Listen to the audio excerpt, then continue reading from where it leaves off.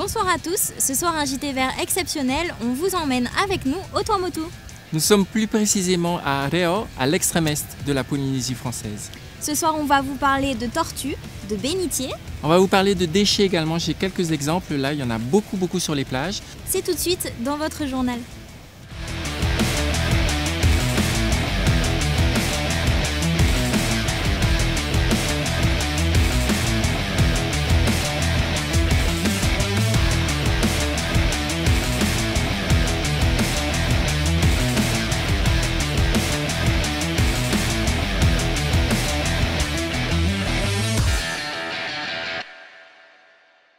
Situé à l'extrême est de la Polynésie française, à 1380 km de Tahiti, Reo est l'un des atolls les plus isolés du Fénois.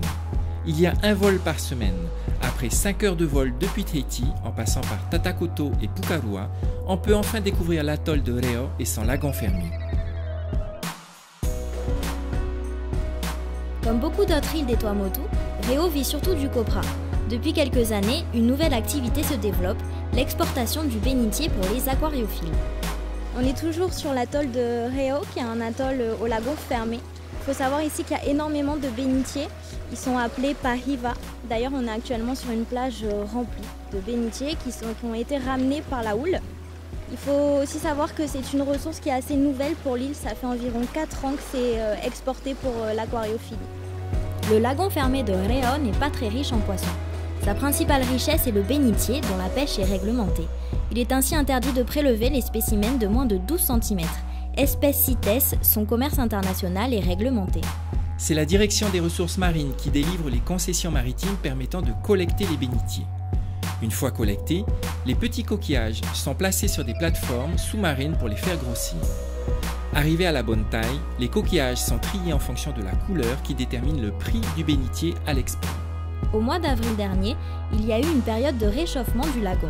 Cela a provoqué le blanchissement et la mort de très nombreux spécimens. Aujourd'hui, la situation semble être revenue à la normale. Les pahivas sauvages sont de 12 cm et pas moins. Mais par contre, les pahivas de collectage, on peut les exporter à partir de la taille 4 cm.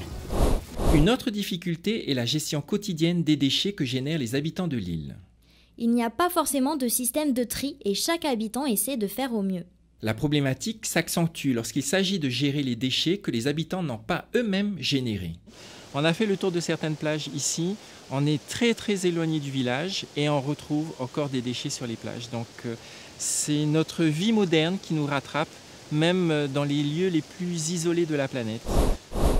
Les déchets, notamment les déchets plastiques, sont une des menaces pour la survie des tortues. Nous sommes actuellement sur un site de ponte des tortues, donc c'est pas sûr qu'on en voit. Par contre, il y a les habitants de l'île qui en ont trouvé une qui était blessée. Ils l'ont soignée et ils s'apprêtent justement à la relâcher. C'est avec l'aide des écoliers de l'île que l'association Clermont-Tonnerre, de l'ancien nom de l'atoll donné à l'époque par le navigateur Dumont d'Urville, a décidé de partager ce lâcher pour les sensibiliser à leur protection. La tortue, nommée Periki par les écoliers, sera équipée d'un émetteur GPS et la direction de l'environnement pourra suivre ses mouvements. Nous avons prévu de relâcher la tortue qui a été soignée par notre référent tortue.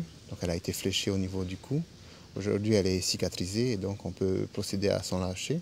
Donc on va l'équiper d'une balise Argos pour pouvoir suivre son parcours. Et on va essayer de faire ça dans l'enceinte de l'école de manière à sensibiliser les plus jeunes.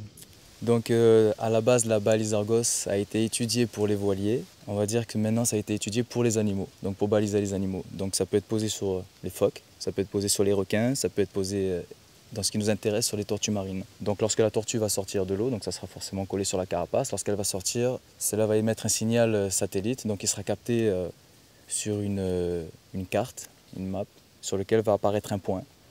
Et donc à chaque fois que la tortue sortira, il y aura un point, et point par point, on pourra suivre la migration de la tortue. Toute l'équipe du JT Vert souhaite un beau voyage à Periki.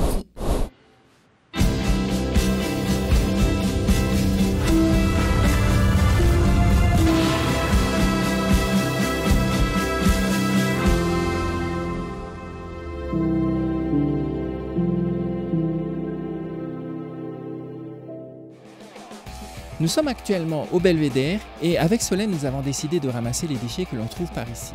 Mais est-ce que vous savez vraiment ce que c'est qu'un déchet? Nous allons poser la question à Solène. Un déchet est un objet ou une substance dont on ne veut plus et dont on veut se débarrasser. Tant que vous gardez une canette d'aluminium dans votre voiture, ce n'est pas considéré comme un déchet.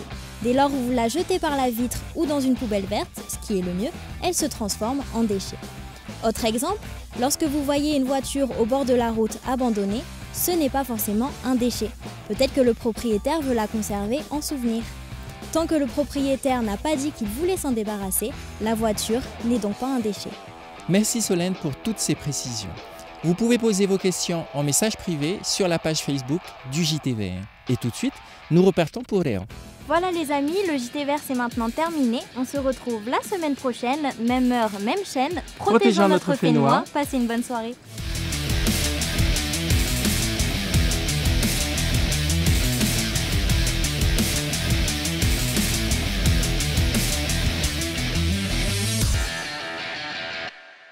Prochainement dans le JT Vert.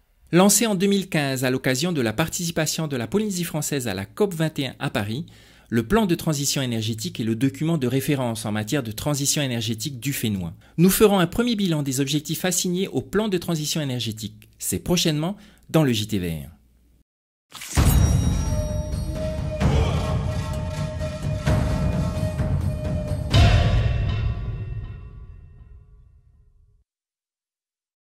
Si tu veux plus de vidéos YouTube, abonne-toi à la chaîne.